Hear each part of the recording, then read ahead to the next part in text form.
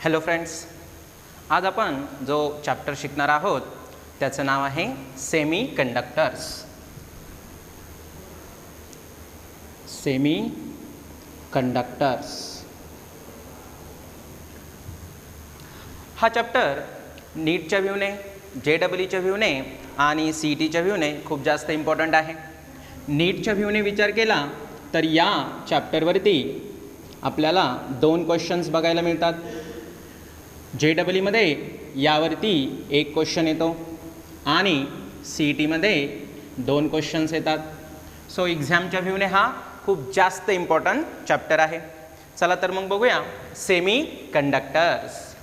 नाव बघा चॅप्टरचं आहे semi conductors. सेमीचा अर्थ काय होत असतो?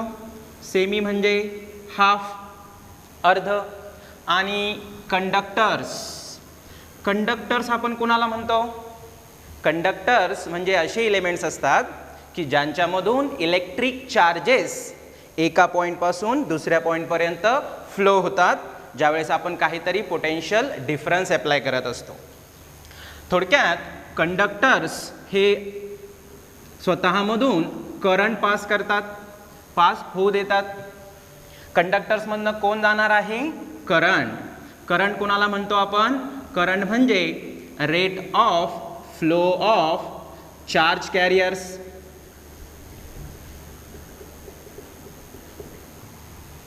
म्हणजे कंडक्टरमधून चार्ज कॅरियर्स जाणार आहेत.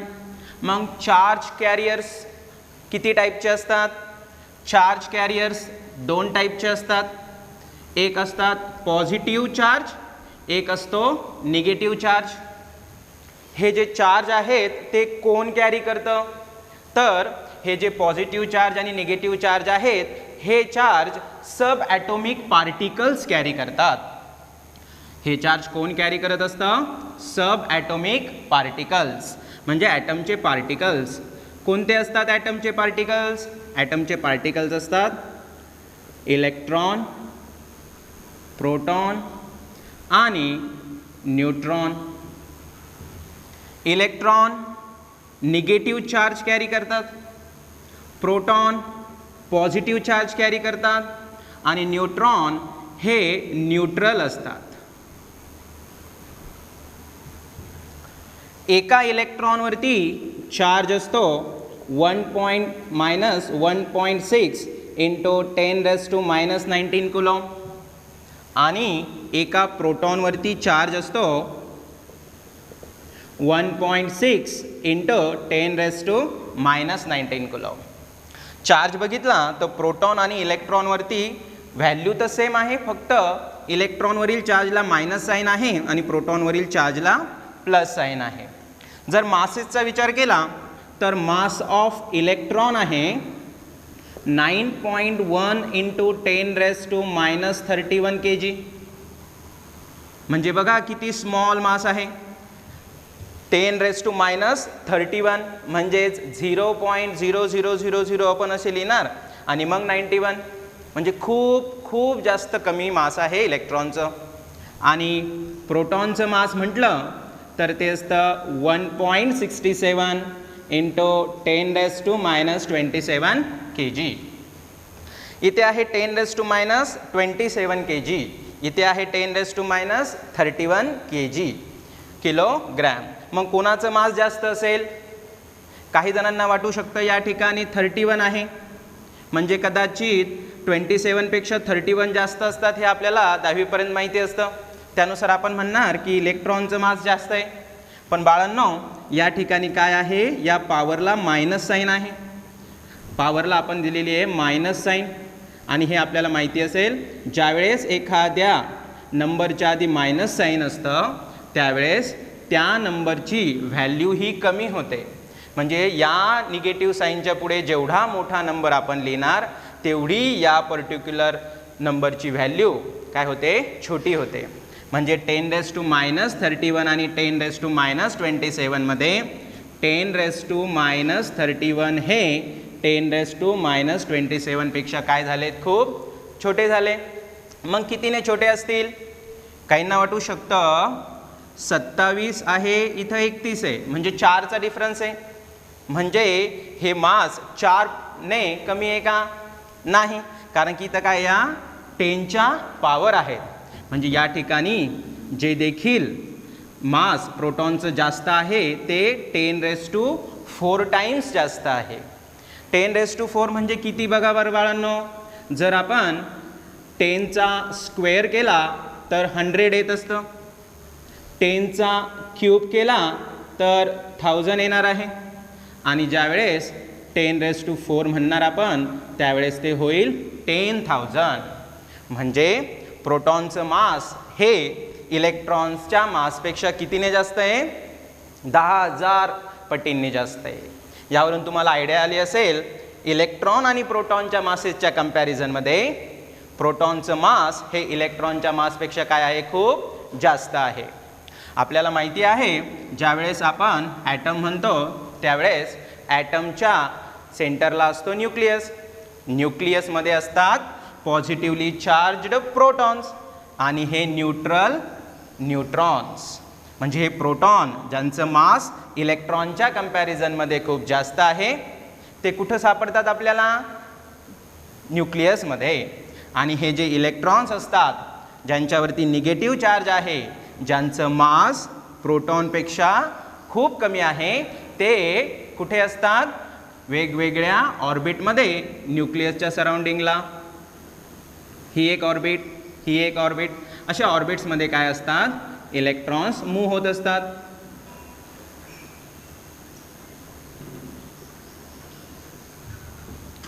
ठीक आहे. म्हणजे आपल्याला कळालं की कंडक्टर्स हे करंट कॅरी करतात, म्हणजे त्यामधून चार्ज कॅरियर जातात. चार्ज कॅरियर जाणार म्हणजे आपल्या लक्षात येईल की इलेक्ट्रॉन्स जाणार आहेत. एका पॉईंटकडून दुसऱ्या पॉईंटकडे इलेक्ट्रॉन्स जाणार जेव्हा आपण त्या कंडक्टरच्या अक्रॉस काय करणार? काहीतरी पोटेन्शियल डिफरन्स अप्लाय करणार.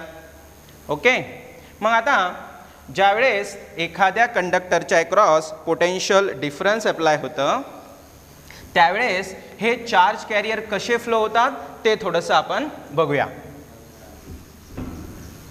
आता त्यासाठी एक कंडक्टर आपण कन्सिडर करूया. सपोज हा आहे एक कंडक्टर. कंडक्टर म्हटल्यानंतर त्याचे काही एक्झाम्पल्स कोणते? कंडक्टर म्हटलं की कॉपर, ॲल्युमिनियम, गोल्ड हे सर्व काय आहेत? कंडक्टर्स आहेत. कंडक्टर्समध्ये असतात खूप सारे फ्री इलेक्ट्रॉन्स. खूप सारे फ्री इलेक्ट्रॉन्स. फ्री इलेक्ट्रॉन्स म्हणजे असे इलेक्ट्रॉन्स जे ऑर्बिट्समध्ये नाही आहेत, म्हणजे ज्यांनी ऑर्बिटच्या बाहेर आहेत त्यांना आपण म्हणणार फ्री इलेक्ट्रॉन्स. ज्यावेळेस आपण कंडक्टरच्या 2 टर्मिनल्समध्ये काहीतरी पोटेन्शियल डिफरन्स अप्लाय करतो, म्हणजे एखादी बॅटरी अटॅच करतो, त्यावेळेस हे इलेक्ट्रॉन्स काय होतात? बॅटरीच्या पॉझिटिव्हकडे अट्रॅक्ट होतात. आणि ज्यावेळेस हे इलेक्ट्रॉन्स म्हणजे चार्ज कॅरियर मूव्ह होतात त्याला आपण करंट म्हणत असतो. पण या कंडक्टरमध्ये फक्त फ्री इलेक्ट्रॉनच असतात का?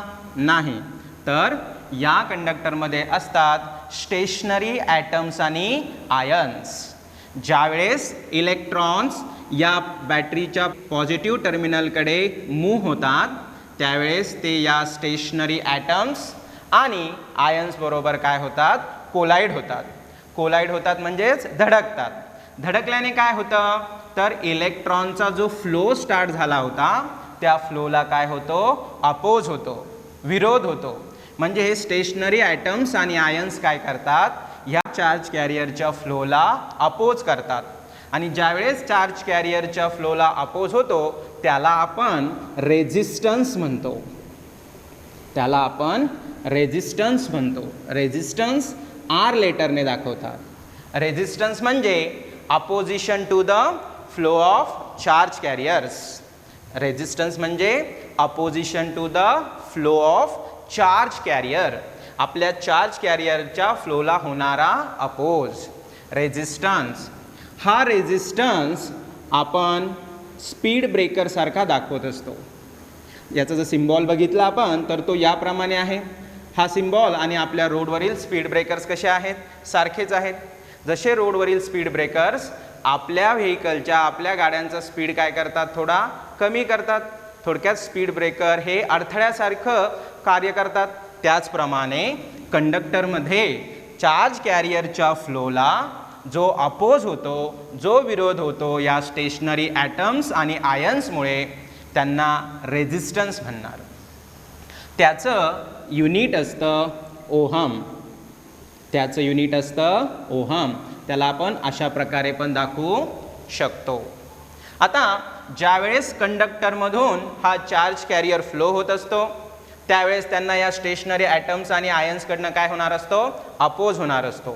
तर हा जो रेझिस्टन्स आहे, हा resistance directly proportional to the length of the conductor असतो. म्हणजे जितकी लेंथ वाढणार तितका जास्त रेझिस्टन्स असणार. लेंथ वाढली की तेवढे जादा स्टेशनरी ॲटम्स आणि आयन्स वाढणार, आणि जेवढे ॲटम्स आणि आयन्स वाढणार तितक्या वेळा कोलिजनसुद्धा वाढणार. म्हणजेच लेंथ वाढली की रेझिस्टन्ससुद्धा वाढणार आहे. आणि हा रेझिस्टन्स हा inversely proportional to the cross sectional area असतो. क्रॉस सेक्शनल एरिया म्हणजे आपण पाय आर स्क्वेअरने दाखवतो. म्हणजे कंडक्टरमध्ये आपण याप्रमाणे दाखवू शकतो. जितका एरिया मोठा तेवढा रेझिस्टन्स कमी असतो.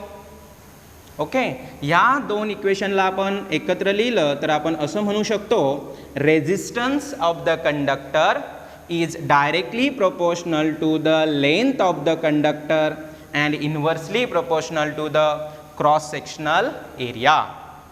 प्रोपोर्शनल साइन इक्वल टू करण्यासाठी एक कॉन्स्टंट असतो, त्याला म्हणतात रेझिस्टिव्हिटी किंवा स्पेसिफिक रेझिस्टन्स. रेझिस्टिव्हिटी किंवा स्पेसिफिक रेझिस्टन्स तो आपण रो या सिम्बॉलनी दाखवणार.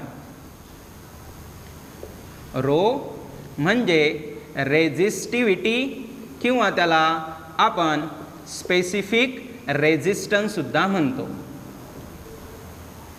आता हा स्पेसिफिक रेझिस्टन्स आणि रेझिस्टिव्हिटी यांच्यातला डिफरन्स काय आहे, तर रेझिस्टन्स जर आपण ऑब्झर्व केला तर हा एक्सटर्नल पॅरामीटरवरती डिपेंड दिसतो. Length of the conductor, cross sectional area of the conductor. मग रेझिस्टिव्हिटी म्हणजे काय, तर रेझिस्टिव्हिटीचा अर्थ असतो एक कॉन्स्टंट रेझिस्टन्स, कॉन्स्टंट विरोध.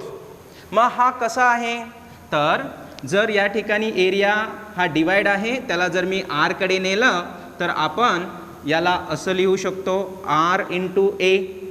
आणि लेंथ ऑफ द कंडक्टर सध्याला रेझिस्टिव्हिटीला मल्टिप्लाइड आहे, ती जर लेफ्ट हँड साईडला आली तर डिवाइड होईल. म्हणजे हा जो स्पेसिफिक रेझिस्टन्स आहे किंवा रेझिस्टिव्हिटी आहे त्याला आपण आर ए अपॉन एल असं लिहू शकतो. मग रेझिस्टिव्हिटीची व्हॅल्यू इक्वल टू रेझिस्टन्स होईल जर आपण युनिट लेंथ आणि युनिट क्रॉस सेक्शनल एरिया घेतला तर. म्हणजे resistivity of a material is simply resistance of unit length and unit cross sectional area. रेझिस्टिव्हिटीला आपण असंही म्हणू शकतो, it is the internal property of the material to oppose. Resistivity is the internal property of the material to oppose. आणि प्रत्येक मटेरियलसाठी रेझिस्टिव्हिटीची value fix असते. मटेरियल चेंज झालं तर रेझिस्टिव्हिटीची व्हॅल्यू सुद्धा काय होणार आहे, चेंज होणार आहे. जर मटेरियल चेंज झालं तर काय होणार, रेझिस्टिव्हिटीची व्हॅल्यू चेंज होणार. कारण रेझिस्टिव्हिटी म्हणजे काय आहे, इंटरनल प्रॉपर्टी टू अपोज. कोणाला अपोज, चार्ज कॅरियरला. मग ही इंटरनल प्रॉपर्टी कशावर येते, तर या स्टेशनरी ॲटम्स आणि आयन्सच्या सर्किटवर, स्टेशनरी ॲटम्स आणि आयन्सच्या कनेक्शनवरून, म्हणजे ज्याला आपण क्रिस्टल स्ट्रक्चर म्हणतो त्यावरून. प्रत्येक मटेरियलमध्ये हे जे स्ट्रक्चर आहे ते वेगवेगळं असतं, त्यामुळे प्रत्येक मटेरियलची रेझिस्टिव्हिटी ही काय असते, वेगवेगळी असते. ओके, आता जर आपण या कंडक्टरला टेम्परेचर दिलं, काय केलं, या कंडक्टरला टेम्परेचर दिलं तर टेम्परेचर म्हणजेच हीट एनर्जी मिळणार. आणि ज्यावेळेस एनर्जी मिळणार त्यावेळेस हे जे फ्री इलेक्ट्रॉन्स जे या बॅटरीच्या पॉझिटिव्हकडे मूव्ह होत होते त्यांना या हीट एनर्जीमुळे काय होणार, व्हायब्रेशन्स वाढणार. या एक्स्ट्रा एनर्जीमुळे स्टेशनरी ॲटम्स आणि आयन्सचंही व्हायब्रेशन वाढणार. त्यामुळे ज्यावेळेस हे इलेक्ट्रॉन्स मूव्ह होणार, फ्लो होणार, त्यावेळेस त्या ॲटॉमिक किंवा आपण म्हणूया आयनच्या व्हायब्रेशनमुळे रेझिस्टन्स आणखी वाढतो. म्हणजे ज्या कंडक्टर्समध्ये जर आपण टेम्परेचर वाढवलं तर रेझिस्टन्स वाढतो, म्हणजे रेझिस्टिव्हिटीसुद्धा वाढणार आहे. हे लक्षात राहू द्या. टेम्परेचर वाढलं तर रेझिस्टिव्हिटीसुद्धा वाढते, कारण टेम्परेचर वाढलं की काय वाढणार आहे, व्हायब्रेशन्स वाढणार आहे. स्टेशनरी ॲटम्स आणि आयन्सचे व्हायब्रेशन्स वाढणार आहे. ओके, त्यामुळं रेझिस्टिव्हिटी वाढते. मग आपण इथे असं म्हणू शकतो, for conductors temperature coefficient of resistance is positive. Temperature coefficient of resistance is positive, म्हणजे टेम्परेचर वाढलं की रेझिस्टन्स वाढणार आहे. टेम्परेचर वाढलं की रेझिस्टन्स वाढणार आहे. सध्याला आपण कंडक्टर डिस्कस करतोय. कंडक्टर म्हणजे ज्यामधनं चार्ज कॅरियर फ्लो होऊ शकतात, म्हणजे त्यामध्ये चार्ज कॅरियरच्या फ्लोला सपोर्ट देखील आहे. मग चार्ज कॅरियर जे फ्लो होतात त्यांना कंडक्ट होण्यासाठी सुद्धा कंडक्टरमध्ये काय पाहिजे, ॲबिलिटी पाहिजे. मग जी ॲबिलिटी एखाद्या मटेरियलची चार्ज कॅरियर कंडक्ट करण्याबद्दल इन्फॉर्मेशन देते, म्हणजे ability of the material to conduct charge carrier or conduct electricity, त्याला आपण म्हणतो कंडक्टिव्हिटी.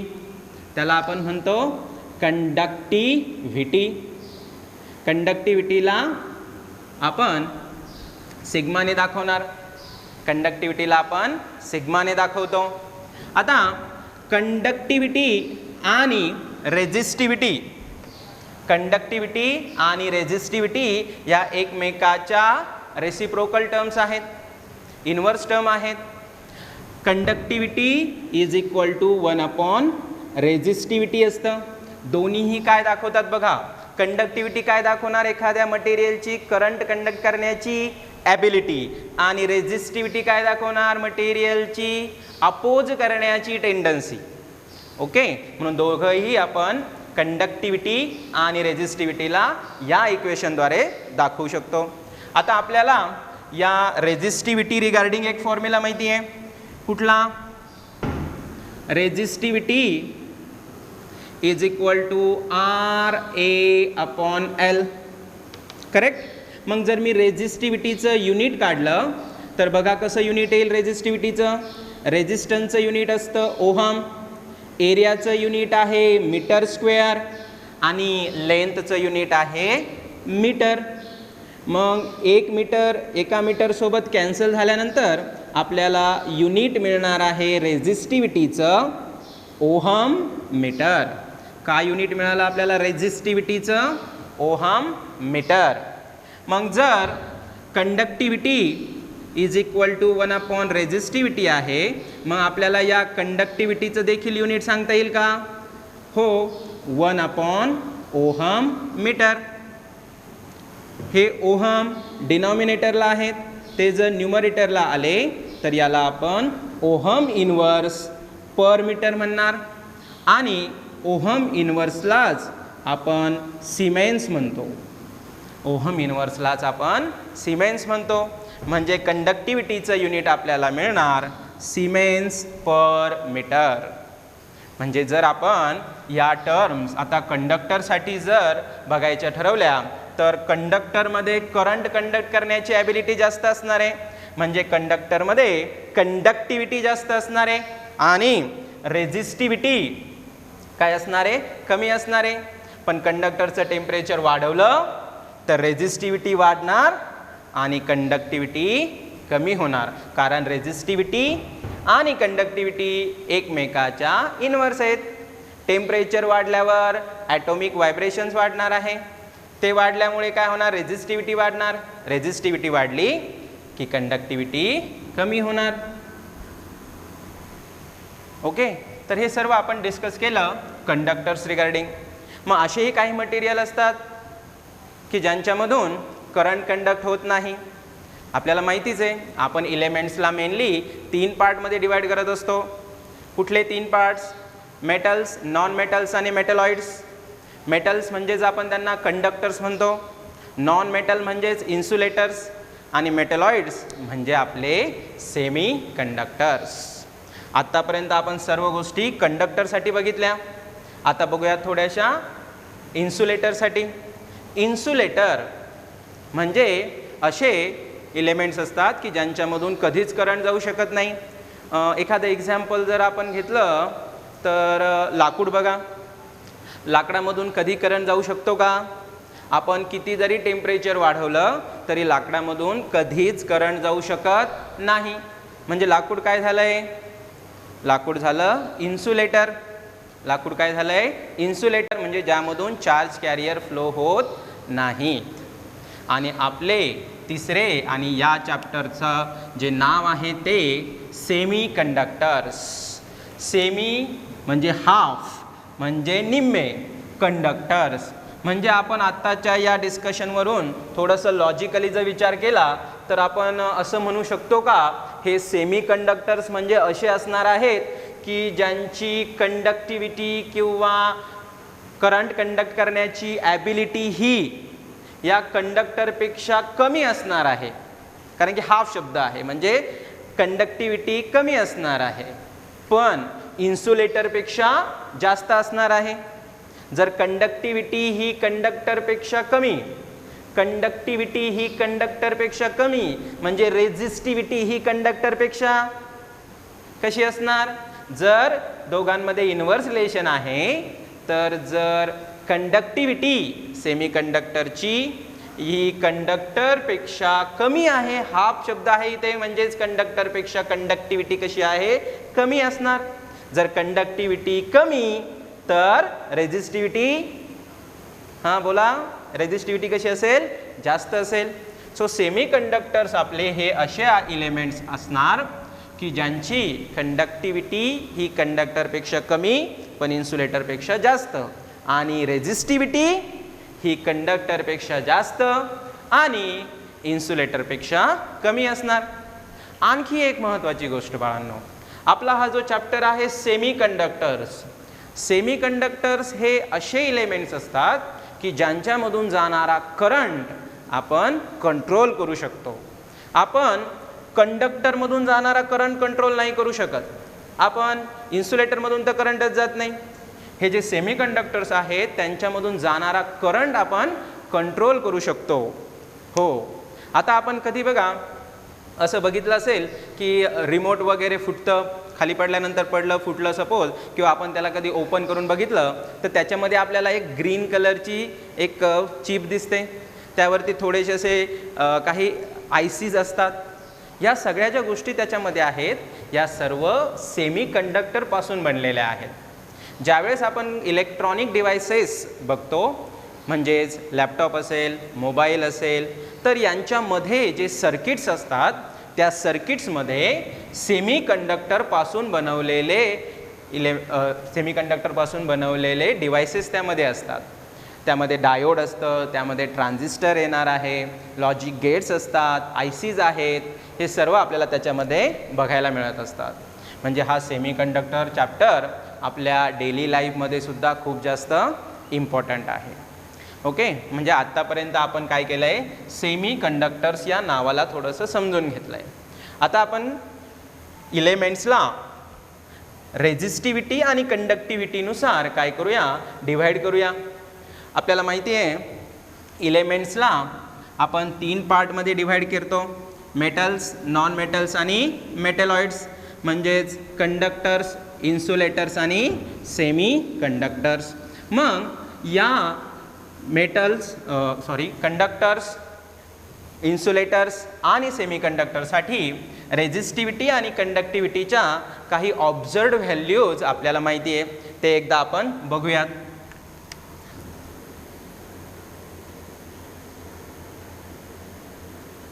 कंडक्टर्स, इन्सुलेटर्स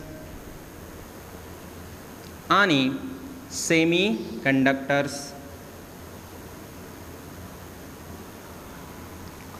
एलिमेंट्सला आपण 3 पार्टमध्ये.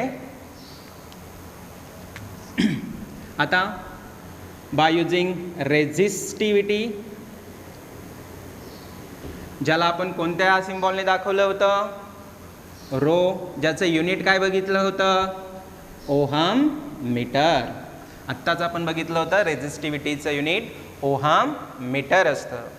आता कंडक्टर्समध्ये करंट कंडक्ट करण्याची ॲबिलिटी जास्त असते, त्यामधून चार्ज कॅरियर इझिली फ्लो होत असतात, म्हणजे त्याची रेझिस्टिव्हिटी कशी असणार, फार कमी. अपोज करण्याची टेंडन्सी कशी असणार, फार कमी. मग जी देखील ऑब्झर्व्ड व्हॅल्यू आहे ती सुद्धा कंडक्टरसाठी या रेझिस्टिव्हिटीची व्हॅल्यू कशी असणार, फार कमी असणार. मग जी ऑब्झर्व्ड व्हॅल्यू आहे रेझिस्टिव्हिटीची फॉर कंडक्टर्स ती असते 10⁻⁻8 पासून 10⁻⁻2 पर्यंत. बघा मी कशी व्हॅल्यू लिहिली आहे, 10⁻⁻8 पासून 10⁻⁻2 पर्यंत. मग ह्या 10⁻⁻8 आणि 10⁻⁻2 मध्ये कुठली व्हॅल्यू छोटी आहे आणि कुठली व्हॅल्यू मोठी आहे, आपण आता डिस्कस केलं होतं. ज्यावेळेस एखाद्या नंबरला मायनस साईन असतं त्यावेळेस जर नंबर मोठा असेल तर ओव्हरऑल त्याची व्हॅल्यू छोटी होते. म्हणजे 10⁻⁻8 हे 10⁻⁻2 पेक्षा छोटे आहे. म्हणजे आपण रेंज कशी लिहित आहोत, छोट्या व्हॅल्यूपासून मोठ्या व्हॅल्यूपर्यंत. सो कंडक्टरसाठी रेझिस्टिव्हिटीची जी रेंज आहे ती आहे 10⁻⁸ ओहम मीटरपासून 10⁻⁻2 ओहम मीटरपर्यंत. मग रेझिस्टिव्हिटीची ही रेंज असेल तर कंडक्टिव्हिटीची किती रेंज असेल, कंडक्टिव्हिटी सिग्माने दाखवलेलं. कंडक्टिव्हिटी म्हणजे काय म्हटलं होतं आपण, conductivity is equal to 1 resistivity. दोघांमध्ये इनवर्स रिलेशन होतं, बरोबर. मग त्याचं युनिट आपण बघितलेलं ओहम इनवर्स पर मीटर किंवा सिमेन्स पर मीटर. आता जर कंडक्टिव्हिटी इक्वल टू 1 रेझिस्टिव्हिटी असेल तर इथे बघा कंडक्टरसाठी जी पहिली व्हॅल्यू आहे रेझिस्टिव्हिटीची ती आहे 10⁻⁸. म्हणजे कंडक्टरसाठी कंडक्टिव्हिटीची जी व्हॅल्यू निघणार, जर मी या ठिकाणी व्हॅल्यू पुट केली 10⁻⁻8. आता ज्यावेळेस डिनॉमिनेटर न्यूमरेटरला जाणार त्यावेळेस हे जे पॉवरची साईन असते ती काय होत असते, चेंज होत असते. आता 10⁻⁸ न्यूमरेटरला गेल्यानंतर बनतं 10⁻⁸. 10⁻⁸ डिनॉमिनेटरला आहे, न्यूमरेटरला गेल्यानंतर किती बनणार, 10⁻⁸. याला तुम्ही असंही बघू शकता 1/0.123. जर आपण ह्या डेसिमल पॉईंटला एक डिजिट राईटला शिफ्ट केलं तर वरती सुद्धा एक डिजिट राईटला शिफ्ट करावं लागेल. इथे वरती 1 होतं, 1 म्हणजेच काय 1.0, म्हणजे मी एक डिजिट राईटला शिफ्ट करणार. जर खाली मी एक डिजिट राईटला शिफ्ट केलं तर म्हणजे आपल्याला जो मिळणारा नंबर असेल तो मिळेल 10 एक डिजिट राईटला शिफ्ट केल्यानंतर 0.1234567. म्हणजे एक एक डिजिट असं आपण राईटला शिफ्ट केलं तर वरती सुद्धा 10च्या पुढे तेवढे झिरोज वाढणार आणि आपल्याला मिळणार 10⁻⁸. म्हणजे काय, कंडक्टिव्हिटीची व्हॅल्यू कंडक्टरसाठी आली 10⁻⁸. -8चं रेसिप्रोकल झालं. आता 10⁻⁻2 साठी काय होईल, मग सेम प्रोसिजर करा. 10⁻⁻2 ला डिनॉमिनेटरला न्यूमरेटरला नेल्यानंतर -2चं +2 होणार. म्हणजे आपण या ठिकाणी असं लिहू शकतो. आता 10⁻⁸ ही मोठी व्हॅल्यू झाली आणि 10⁻2 ही छोटी झाली. 10⁻2 म्हणजे 10चा स्क्वेअर म्हणजे 100 आणि 10⁻8 म्हणजे 1च्या पुढं 8 शून्य. ओके. आता सध्याला आपण कंडक्टरसाठी ज्या ऑब्झर्व्ड व्हॅल्यूज आहेत रेझिस्टिव्हिटीच्या आणि कंडक्टिव्हिटीच्या त्या घेतल्यात. मग आता जर आपण इन्सुलेटरचा विचार केला, इन्सुलेटर म्हणजे ज्यामधून इलेक्ट्रिक चार्जेस फ्लो होत नाहीत, करंट फ्लो होत नाही. करंट का फ्लो होत नसेल तर त्या ठिकाणी अपोज खूप जास्त असणार. अपोज करण्याची टेंडन्सी म्हणजेच रेझिस्टिव्हिटी, म्हणजे रेझिस्टिव्हिटीची व्हॅल्यू इन्सुलेटरमध्ये खूप जास्त असणार. ऑब्झर्व्ड व्हॅल्यू आपल्याला आहेत 10⁻11 पासून 10⁻18 पर्यंत. 10⁻11 पासून 10⁻18 पर्यंत ऑब्झर्व्ड व्हॅल्यूज आहेत रेझिस्टिव्हिटीच्या. कोणासाठी? इन्सुलेटरसाठी. कोणासाठी? इन्सुलेटरसाठी. इथे 10च्या पॉवर्स पॉझिटिव्ह आहेत, म्हणजे 10⁻11 ही 10⁻18 पेक्षा छोटी असणार, म्हणजे ही छोटी व्हॅल्यू ही मोठी आहे. जर आपण कंडक्टरसोबत बघितलं तर रेझिस्टिव्हिटी ही इन्सुलेटरची खूप जास्त आहे.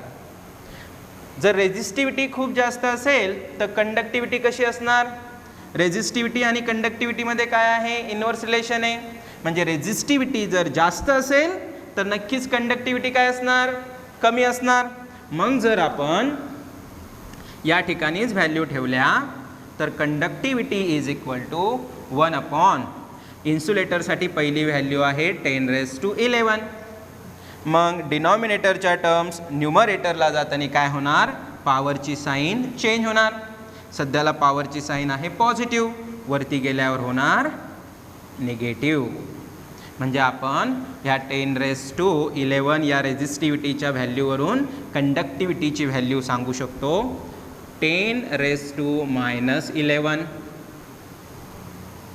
आणि जर मी 10⁻18 ठेवलं तर इथे वरती जाऊन 10⁻18 होईल. ओके, 10⁻18 हे 10⁻11 पेक्षा छोटे आहेत. कसे आहेत? छोटे आहेत. ओके. आता सेमीकंडक्टर्स म्हणजेच अर्धे कंडक्टर्स, म्हणजे ज्यांची आता आपण रेझिस्टिव्हिटीचा विचार केला तर कशी असेल? रेझिस्टिव्हिटी इन्सुलेटरपेक्षा कमी असणार आणि कंडक्टरपेक्षा जास्त असणार. बरोबर. मग ज्या ऑब्झर्व्ड व्हॅल्यूज आहेत सेमीकंडक्टरच्या रेझिस्टिव्हिटीच्या त्या आहेत 10⁻5 पासून 10⁻6 पर्यंत. रेझिस्टिव्हिटीचं युनिट ओहम मीटर. आता रेझिस्टिव्हिटीवरून आपण काय करू शकतो? परत एकदा या फॉर्म्युल्याद्वारे कंडक्टिव्हिटीची रेंज फाइंड आउट करू शकतो सेमीकंडक्टरसाठी. म्हणजे आता ती सांगा बरं किती असेल? करा बरं सांगा. 10⁻5 आहे, इथे किती होणार? 10⁻5. मग परत काय होणार? न्यूमरेटर डिनॉमिनेटर बघा 10⁻5 होणार. म्हणजे इथे आपण लिहिणार 10⁻5 आणि 10⁻6चं 10⁻6 होणार. म्हणजे एलिमेंट्सला ज्यावेळेस आपण या 3 पार्टमध्ये डिव्हाइड करत असतो, सध्याला आपण जो क्रायटेरिया लावलेला आहे क्लासिफिकेशनसाठी तो होता रेझिस्टिव्हिटी किंवा कंडक्टिव्हिटी, की यांच्या व्हॅल्यूजद्वारे आपण काय केलेलं? यांना 3 कॅटेगरीमध्ये डिव्हाइड केलेलं. ओके. आता याच एलिमेंट्सला आपण एनर्जी डायग्रॅमद्वारे सुद्धा क्लासिफाईड करू शकतो. मग ते कशा प्रकारे करतात ते आपण आता बघूया. एनर्जी डायग्रॅम सेमीकंडक्टरमध्ये सर्वात महत्त्वाचा टॉपिक आहे. ज्या विद्यार्थ्यांना एनर्जी डायग्रॅम कशी बनते हे कळालं तर हा चॅप्टर समजणं खूप इझी होऊन जाणार. चला तर मग बघूया एनर्जी डायग्रॅम.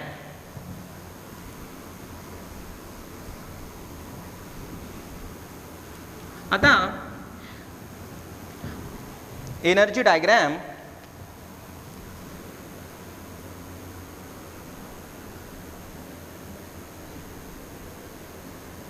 टायटल आहे एनर्जी डायग्रॅम. म्हणजे या डायग्रॅममध्ये एनर्जीबद्दल माहिती असणार आहे. मग ही डायग्रॅम ड्रॉ करण्यापूर्वी आपल्याला या डायग्रॅममधील काही छोट्या छोट्या कन्सेप्ट्स माहिती असणं गरजेचं असतं. त्यातील पहिली कन्सेप्ट आहे एनर्जी डायग्रॅममधील पहिली कन्सेप्ट आहे energy level. Energy level. Level म्हणजे पातळी असतं. एनर्जीची पातळी म्हणजे किती एनर्जी आहे व.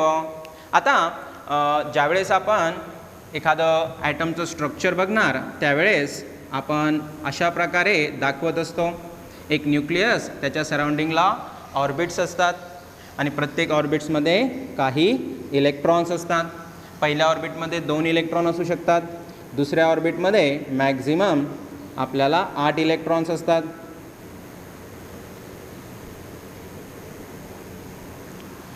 ओके. आता प्रत्येक ऑर्बिटमध्ये जे इलेक्ट्रॉन्स असतात त्यांची एनर्जी वेगवेगळी असते. ओके. जर आपण हायड्रोजन ॲटमचा विचार केला तर हायड्रोजन ॲटममध्ये एकच इलेक्ट्रॉन असतो आणि तो पहिल्या ऑर्बिटमध्ये आहे. ज्यावेळेस इलेक्ट्रॉन हा पहिल्या ऑर्बिटमध्ये आहे फॉर हायड्रोजन ॲटम, त्यावेळेस त्याच्याकडे जी एनर्जी असते ती असते -13.6 इलेक्ट्रॉन व्होल्ट. जर या इलेक्ट्रॉनला फ्री व्हायचं असेल तर आपल्याला एक्सटर्नली एनर्जी द्यावी लागणार.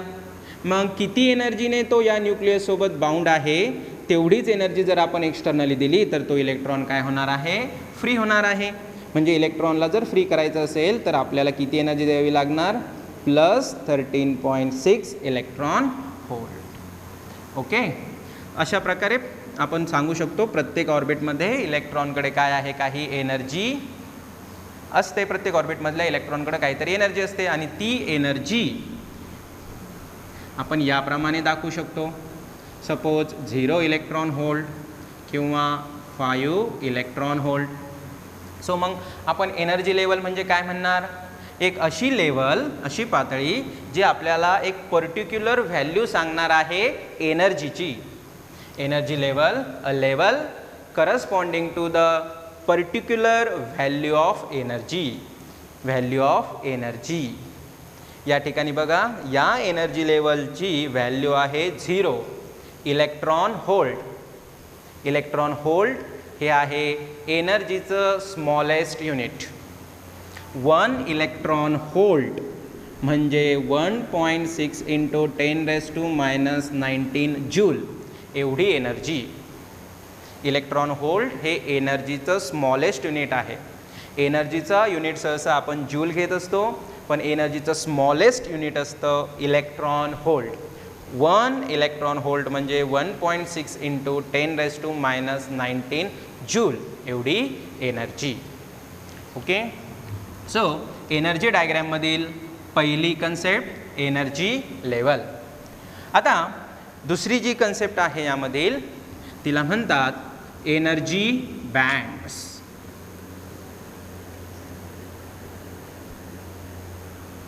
Energy bands. आता एनर्जी बँड्स म्हणजे काय, जर आपल्याला या एनर्जी लेवल्समध्ये कंटिन्युअस व्हेरिएशन्स दिसत असतील तर continuous variations in the energy levels form energy band. म्हणजे कंटिन्युअसली एनर्जी लेवल जर व्हॅरी होत गेल्या तर त्या सगळ्या मिळून एनर्जी बँड तयार करतात. म्हणजे जर माझ्याकडं एनर्जी लेवल अशा आहेत, सपोज 0 इलेक्ट्रॉन व्होल्ट, त्यानंतर आहे 0.1 इलेक्ट्रॉन व्होल्ट, मग आहे एनर्जी लेवल 0.2 इलेक्ट्रॉन व्होल्ट, नंतर आहे 0.3 इलेक्ट्रॉन व्होल्ट. असं करत करत करत माझ्याकडे आहे suppose up to 2 electron volt. म्हणजे काय झालं, 0 इलेक्ट्रॉन व्होल्टपासून 2 इलेक्ट्रॉन व्होल्टपर्यंत, 0 इलेक्ट्रॉन व्होल्टपासून 2 इलेक्ट्रॉन व्होल्टपर्यंत कंटिन्युअस काय आहेत, एनर्जीमध्ये व्हेरिएशन्स आहेत, एनर्जी लेवलमध्ये व्हेरिएशन्स आहे. म्हणजे हे सर्व एनर्जी लेवलमधील व्हेरिएशन्स मिळून काय तयार करणार, एनर्जी बँड तयार करणार. Continuous variations in the energy level form energy band. आता आपण एक एक्झाम्पल घेऊ. जर आपण कधी रेनबो पाहिला असेल तर रेनबो कसा असतो, रेनबोमध्ये 7 कलर असतात, बरोबर. मग हे जे 7 कलर्स रेनबोमध्ये असतात ते आपल्याला असे लाईन्समध्ये दिसतात का कधी, व्हायलेट, इंडिगो असे काही कलर्स जे आहेत हे आपल्याला 7 कलर्स,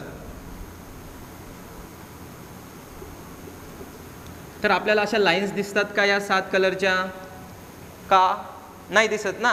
मग आपल्याला काय दिसतं, तर व्हायलेट कलर असतो तो असा थोडासा कमी कमी होत मग इंडिगो स्टार्ट होणार, मग इंडिगो कमी होऊन मग ब्ल्यू, मग नेक्स्ट कलर. म्हणजे आपल्याला काय होतात त्या ठिकाणी बँड्स भेटतात कलरचे. काय भेटतात? कलरचे बँड्स. आणि या ठिकाणी आपण बोलत आहोत एनर्जीचे bands. Continuous variations in the energy levels form energy bands. Okay. तिसरी कन्सेप्ट जी आपल्याला एनर्जी डायग्रॅम ड्रॉ करताना लागणार आहे त्या कन्सेप्टला म्हणतात valence band. Valence band, it is energy band corresponding to the energy values of electrons in the valence shell. Okay. मग आपण त्याला याप्रमाणे दाखवू शकतो. सपोज इलेक्ट्रॉन्स जे व्हॅलेन्स शेलमध्ये असतील,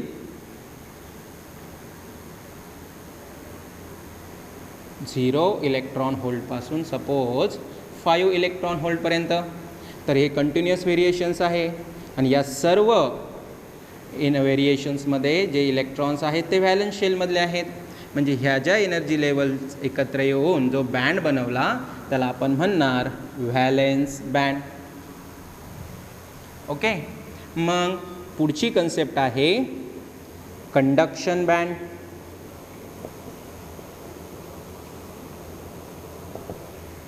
कंडक्शन बँड नावच सांगतं कंडक्शन म्हणजे यामध्ये कंडक्ट होणारे इलेक्ट्रॉन्स असणार. ओके. म्हणजे हा बँड कोणती इन्फॉर्मेशन देणार? Conduction band is a energy band corresponding to the values of energies of free electrons. ज्यावेळेस इलेक्ट्रॉन फ्री असतात त्यावेळेस त्यांच्या एनर्जीबद्दल जो बँड आपल्याला माहिती देणार त्याला म्हणणार कंडक्शन बँड. आता हे आपल्याला माहितीच आहे की फ्री असलेल्या इलेक्ट्रॉनची एनर्जी ही बाउंडेड असलेल्या इलेक्ट्रॉनपेक्षा जास्त असणार. मग जर बाउंडेड इलेक्ट्रॉन जे व्हॅलेन्स शेलमध्ये असतात त्यांच्या एनर्जीपेक्षा फ्री इलेक्ट्रॉन्स जे कंडक्शन बँडमध्ये असणार त्यांची एनर्जी जास्त असेल तर कंडक्शन बँड कुठे असणार? व्हॅलेन्स बँडच्या खाली असेल का व्हॅलेन्स बँडच्या वरती असेल? बघा, हा बँड 0 इलेक्ट्रॉन होल्ड एवढ्या एनर्जी लेवलपासून सुरुवात झालेला आहे. या व्हॅलेन्स बँडमध्ये इलेक्ट्रॉन्स कुठले आहेत? जे व्हॅलेन्स शेलमधले आहेत, जे बाउंडेड आहेत. बरोबर. आणि कंडक्शन बँड म्हटलं की त्यामध्ये कुठले इलेक्ट्रॉन असतात? फ्री इलेक्ट्रॉन्स असतात. इलेक्ट्रॉन्स फ्री केव्हा होतात? ज्यावेळेस ते व्हॅलेन्स शेलमधनं बाहेर पडतात. ते व्हॅलेन्स शेलमधनं बाहेर केव्हा पडणार? ज्यावेळेस त्यांना एक्सटर्नली एनर्जी मिळणार. ज्यावेळेस त्यांना एक्सटर्नली एनर्जी मिळणार म्हणजे त्यांची एनर्जी लेवल वाढणार की कमी होणार? वाढणार. मग हा एनर्जी बँड आपल्या एनर्जी डायग्रॅममध्ये कुठं असेल? व्हॅलेन्स बँडच्या खाली असेल का व्हॅलेन्स बँडच्या वरती असेल? तर नेहमी हा कंडक्शन बँड कुठे असणार? व्हॅलेन्स बँडच्या वरतीच असणार. बरोबर. यामध्ये कुठले इलेक्ट्रॉन्स असणार? जे इलेक्ट्रॉन्स फ्री आहेत ते बनवणार कंडक्शन बँड. ओके. पुढची कन्सेप्ट आपल्याला एनर्जी डायग्रॅमसाठी हवी असते तिला म्हणतात फॉरबिडन एनर्जी गॅप.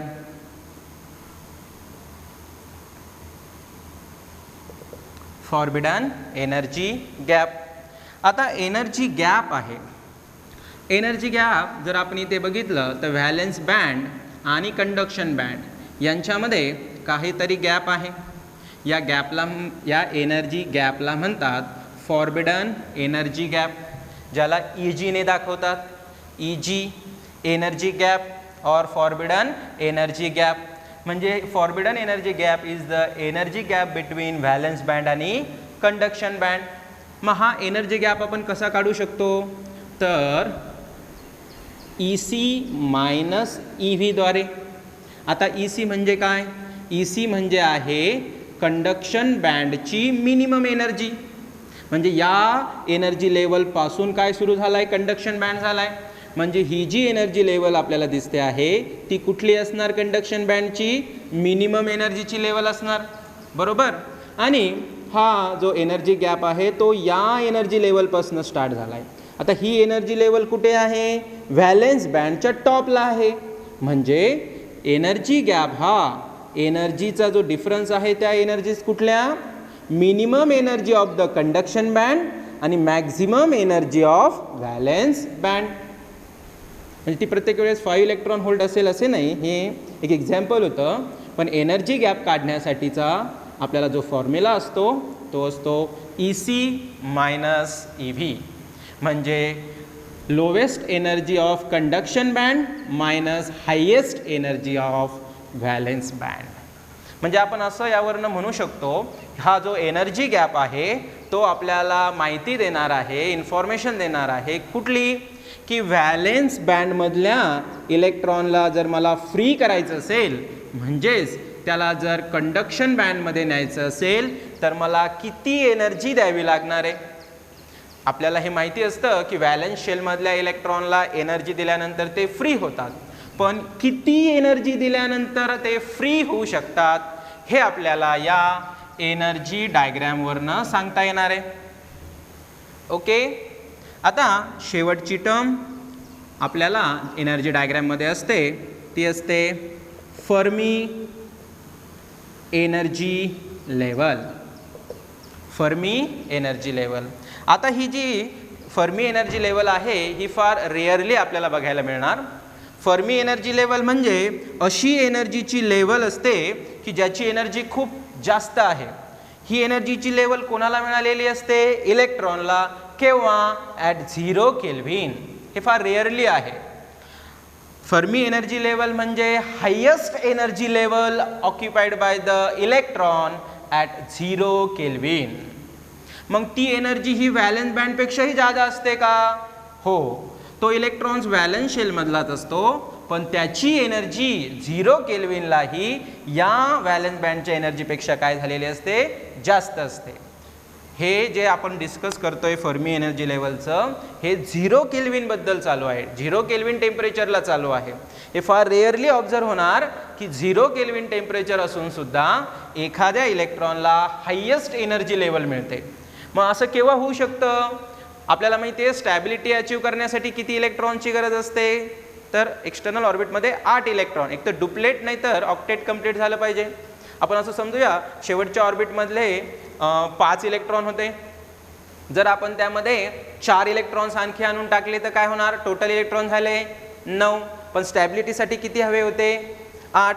त्यावेळेस तो 9 नंबरचा जो इलेक्ट्रॉन आहे जो त्या ठिकाणी लूजली बाउंड असणार 0 केल्व्हिन टेम्परेचरला, तो काय फ्री झालेला नसणार. त्यावेळेस तो कसा असणार? लूजली बाउंड असणार. त्या लूजली बाउंड असलेल्या इलेक्ट्रॉनकडं जी एनर्जी राहणार ती व्हॅलेन्स शेलमधल्या इलेक्ट्रॉनपेक्षा जादा राहणार. म्हणून त्याला आपण या व्हॅलेन्स शेलमध्ये दाखवू शकत नाही. मग त्याला आपण कुठे दाखवणार? तर काहीतरी एनर्जी लेवल वरती. आणि जी एनर्जी लेवल तो अचीव करतो ॲट 0 केल्व्हिन त्या एनर्जी लेवलला म्हणतात फर्मी एनर्जी लेवल. ओके. म्हणजे या 6 गोष्टी मिळून तयार होते आपली एनर्जी डायग्रॅम. आता या एनर्जी डायग्रॅममध्ये आपल्याला दिसतंय conduction band, valence band, energy gap, Fermi energy level या टर्म्स आहेत. मग कंडक्शन बँडची आणि व्हॅलेन्स बँडच्या पोझिशननुसार दोघांमधल्या एनर्जी गॅपनुसार सुद्धा आपण काय करू शकतो? आपल्या इलेमेंट्सला कंडक्टर्स, इन्सुलेटर्स आणि सेमी कंडक्टर्समध्ये डिव्हाइड करू शकतो. आता कशा प्रकारे डिव्हाइड करता येईल ते बघूया. ज्यावेळेस आपण कंडक्टर्स म्हणतो,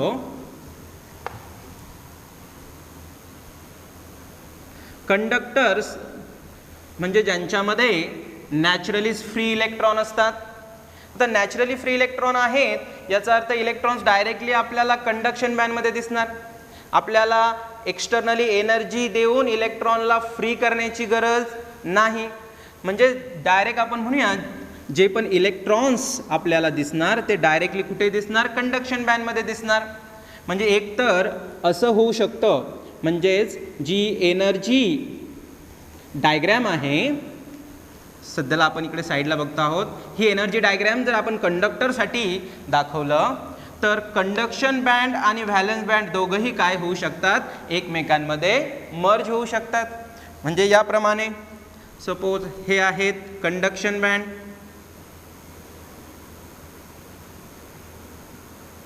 त्यामधील हे इलेक्ट्रॉन्स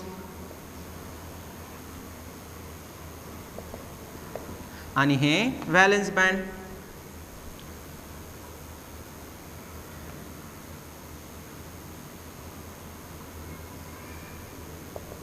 दोघं काय झाले, एकमेकांमध्ये मर्ज झाले. म्हणजे इथे कुठेही आपल्याला एनर्जी गॅप दिसत नाही.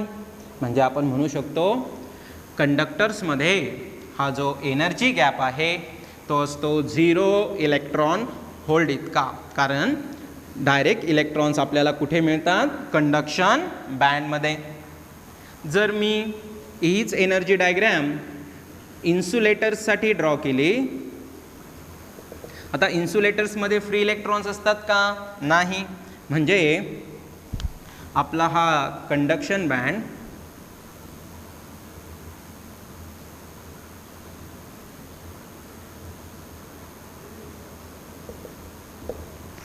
आणि खाली व्हॅलेन्स बँड.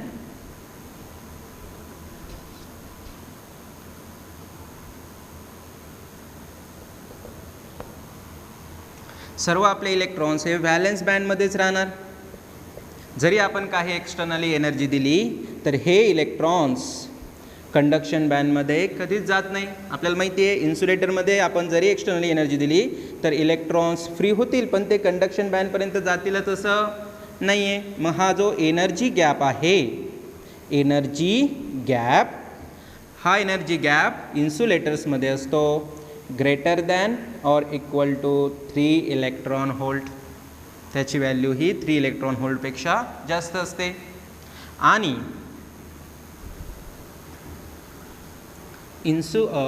सेमी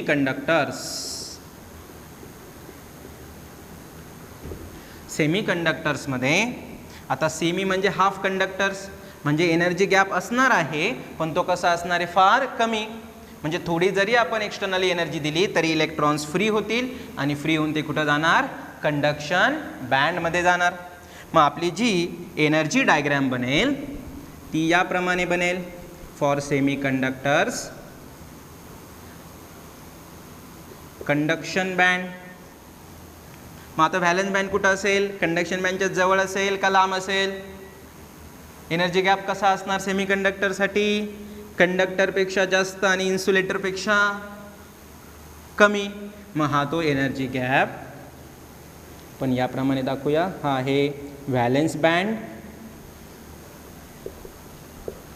आणि दोघांच्या मध्ये आहे एनर्जी गॅप जो असतो less than 3 electron volt. So energy डायग्रॅमद्वारे सुद्धा आपण काय करतो, एलिमेंट्सला कंडक्टर, इन्सुलेटर्स आणि सेमी कंडक्टर्समध्ये डिव्हाइड करतो. आता ज्यावेळेस आपण सेमी कंडक्टर्स म्हणत असतो, नॉर्मली आपण सिलिकॉन आणि जर्मेनियम यांना सेमी कंडक्टर्स म्हणून कन्सिडर करतो. जर आपण हा एनर्जी गॅप या सेमी कंडक्टरसाठी बघितला तर ऑब्झर्व्ड व्हॅल्यू आहे 1.1 इलेक्ट्रॉन होल्ट एवढा असतो energy gap for silicon item.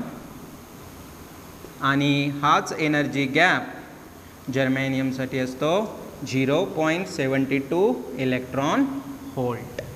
ह्या व्हॅल्यूज MCQ म्हणून फार इम्पॉर्टंट आहेत. ठीक आहे, म्हणजे आता आपण एनर्जी डायग्रॅमद्वारे एलिमेंट्सला डिवाइड केलं. आता आपण शिकणार पहिला टाईप सेमी कंडक्टरचा, इंट्रिन्सिक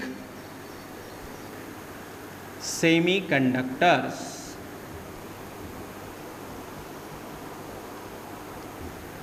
इंट्रिन्सिक सेमी कंडक्टर्स. इंट्रिन्सिकलाच प्युअर सेमी कंडक्टर म्हणतात. प्युअर म्हणजे ज्याच्यामध्ये अजिबात घाण नाही आहे. अजिबात घाण इन द सेन्स काय इथे इम्प्युरिटी नाही आहेत, कोणी दुसरे एलिमेंट्स ॲड झालेले नाही आहेत, दुसऱ्या गोष्टी यामध्ये ॲड झालेल्या नाही आहेत. मग जर आपण सिलिकॉनचं डायमंड लॅटिस स्ट्रक्चर ड्रॉ केलं,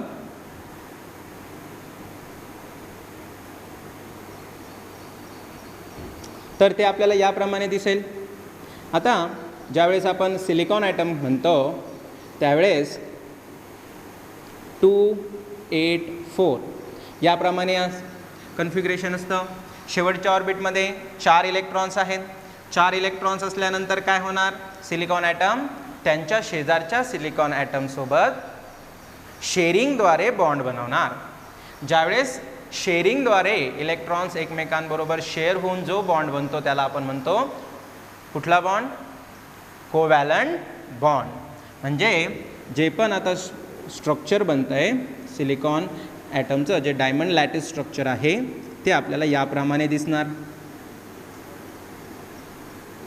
हा सेंटरचा सिलिकॉन ॲटम, हे nearby silicon atoms.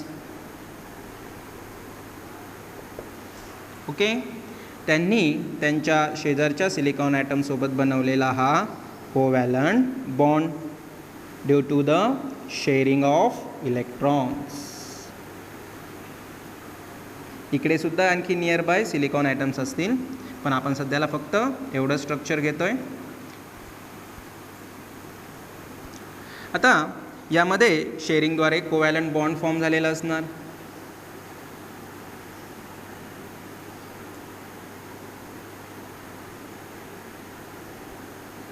So हे झालं ते diamond lattice structure of silicon atom. हे स्ट्रक्चर आहे ॲट 0 केल्विन टेम्परेचर. ज्यावेळेस टेम्परेचर 0 केल्विन आहे त्यावेळेस हे स्ट्रक्चर आहे प्युअर सिलिकॉनचं. जर आपण बघितलं तर सध्याला या सेंटरला जो सिलिकॉन ॲटम आहे त्यांनी स्वतःचे 4 इलेक्ट्रॉन्स आणि शेजारचे 4 इलेक्ट्रॉन्स मिळून स्वतःची स्टॅबिलिटी अचीव केलेली आहे. ओके, म्हणजे आता सध्याला एकही इलेक्ट्रॉन फ्री नाही. टेम्परेचर बघा किती आहे, 0 केल्विन आहे. 0 केल्विन टेम्परेचरला प्युअर सेमीकंडक्टरमध्ये एकसुद्धा इलेक्ट्रॉन फ्री नाही आहे. जर एकसुद्धा इलेक्ट्रॉन फ्री नाही आहे, सर्व इलेक्ट्रॉन्स व्हॅलेन्स बँडमध्येच आहेत, याचा अर्थ at 0 kelvin temperature semi conductors act as a insulators. म्हणजे आपण असं म्हणू शकतो at 0 kelvin temperature pure semiconductor act as a insulator. Act as a insulator म्हणजे एकही फ्री चार्ज कॅरियर नाही आहे. आता हे जे प्युअर स्ट्रक्चर आहे याला मी आता एनर्जी बँड डायग्रॅममध्ये दाखवणार. एनर्जी बँड डायग्रॅम कशी बनते, व्हॅलेन्स शेलमधल्या एनर्जी लेवल्स दाखवण्यासाठी व्हॅलेन्स बँड,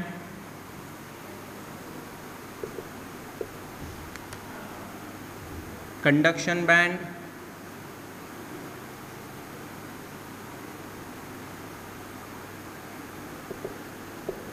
झिरो केल्विनला काय होणार आहे, सर्व इलेक्ट्रॉन कुठे असणार आहे, व्हॅलेन्स शेलमध्ये असणार आहे.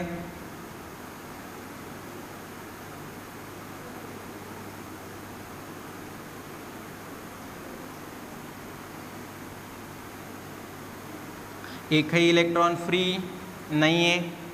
मध्ये आहे हा energy gap. Okay, conduction band, valence band.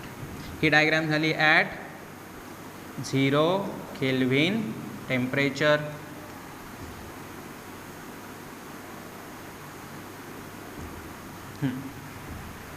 आता जर आपण या प्युअर सिलिकॉन स्ट्रक्चरला रूम टेम्परेचरला आणलं, रूम टेम्परेचर म्हणजे आपण म्हणूया सपोज 300 केल्विनपर्यंत आणलं, तर 300 केल्विनपर्यंत आणल्यानंतर काय होणार आहे, टेम्परेचर वाढल्यानंतर एनर्जी मिळणार. एनर्जी मिळाल्यामुळे काय होणार, हे जे इलेक्ट्रॉन्स आहेत हे इलेक्ट्रॉन्स कोव्हॅलंट बॉन्ड ब्रेक करून फ्री होणार. म्हणजे जर मी या इलेक्ट्रॉनचा विचार केला तर या इलेक्ट्रॉनला एनर्जी मिळाली, त्याने कोव्हॅलंट बॉन्ड ब्रेक केला आणि काय झालं आहे, फ्री झाला आहे. म्हणजे मागे ज्यावेळेस ते इलेक्ट्रॉन्स कोव्हॅलंट बॉन्ड ब्रेक करून फ्री होतात त्यावेळेस मागे एम्प्टी स्पेस राहते, जे आपण सर्कलमध्ये दाखवली आहे, ज्याला आपण होल म्हणणार आहोत. आपण म्हणूया हा एक इलेक्ट्रॉन आहे, त्यांनी सुद्धा काय केलं आहे, कोव्हॅलंट बॉन्ड ब्रेक केला आहे आणि तो फ्री झालेला आहे. ज्यावेळेस हे प्युअर सेमीकंडक्टरचं स्ट्रक्चर रूम टेम्परेचरला येणार त्यावेळेस इलेक्ट्रॉन्स एनर्जी मिळाल्यामुळे कोव्हॅलंट बॉन्ड ब्रेक करणार. कोव्हॅलंट बॉन्ड ब्रेक करून ते इलेक्ट्रॉन्स फ्री होणार आणि ज्यावेळेस इलेक्ट्रॉन्स फ्री होणार ते कुठे जाणार, ते जाणार कंडक्शन बँडमध्ये. मग या डायग्रॅममध्ये आपण दाखवलं तर इलेक्ट्रॉन्स हे फ्री होऊन कुठे गेले, कंडक्शन बँडमध्ये गेले.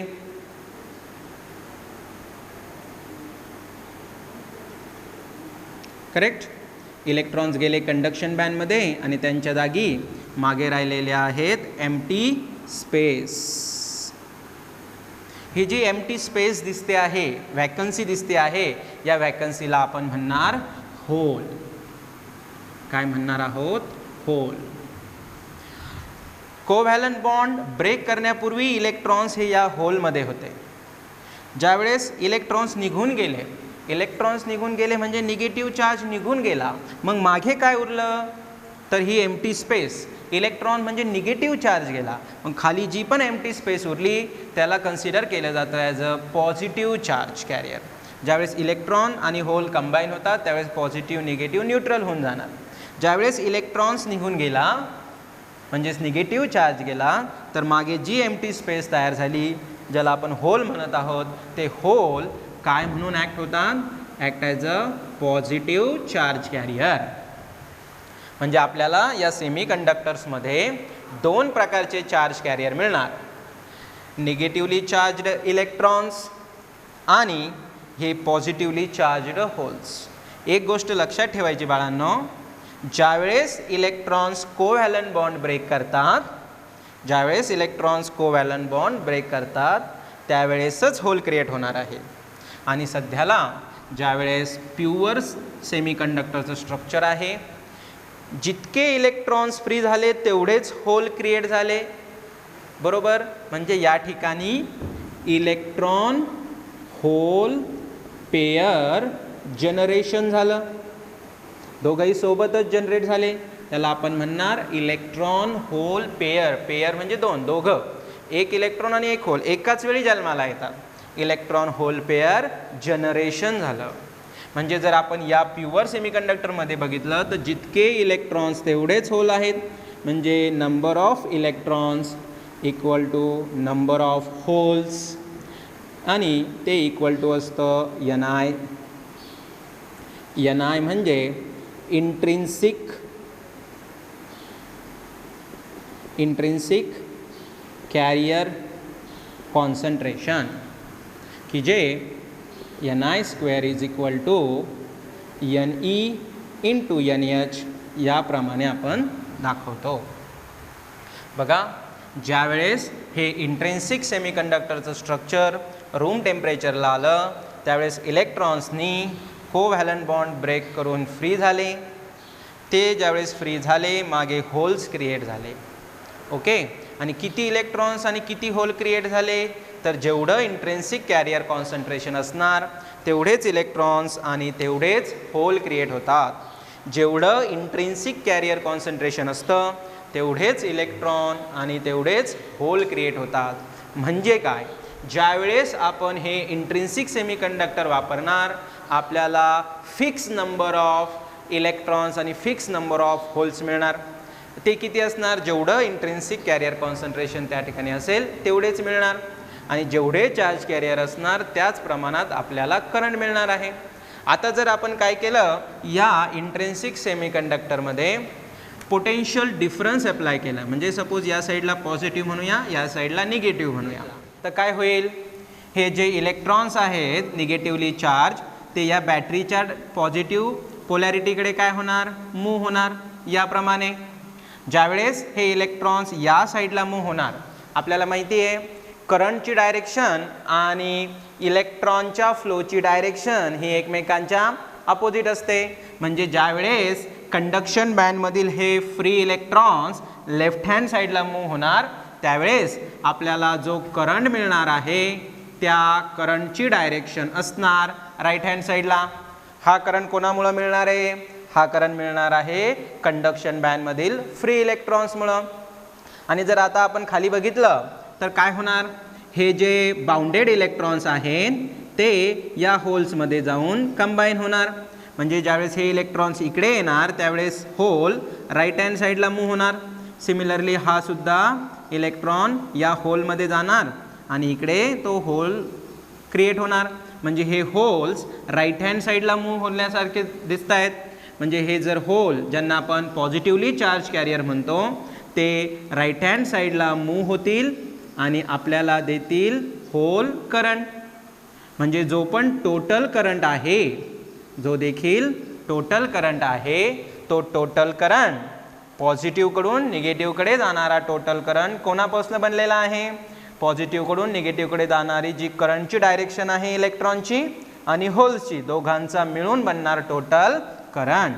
So total current is equal to current due to the electrons in conduction band and current due to the holes in the valence band. Okay, म्हणजे ज्या वेळी आपण या इंट्रिन्सिक सेमीकंडक्टरला रूम टेम्परेचरला आणणार त्यावेळेस एवढेच आपण म्हणूया इलेक्ट्रॉन्स अँड होल्स क्रिएट होणार. किती इलेक्ट्रॉन्स आणि किती होल्स क्रिएट होणार? तर जेवढे इंट्रिन्सिक कॅरियर कॉन्सन्ट्रेशन असतं तेवढेच इलेक्ट्रॉन्स आणि तेवढेच होल क्रिएट होणार आणि त्यानुसार आपल्याला एक फिक्स अमाऊंट ऑफ करंट मिळणार. ओके, हे आहे या प्युअर सेमीकंडक्टरचं एक ड्रॉबॅक. म्हणजे नेहमी आपल्याला एवढाच करंट मिळणार आहे. जर आपल्याला यापेक्षा जास्त करंट हवा असेल तर आपण हे इंट्रिन्सिक सेमीकंडक्टर वापरू शकत नाही. मग जर आपल्याला रूम टेम्परेचरलाच यापेक्षा जास्त करंट हवा असेल, हवा तितका करंट मिळवायचा असेल तर काय करावं लागेल हे आपण बघणार आहोत आपल्या पुढच्या लेक्चर्समध्ये. Okay, bye.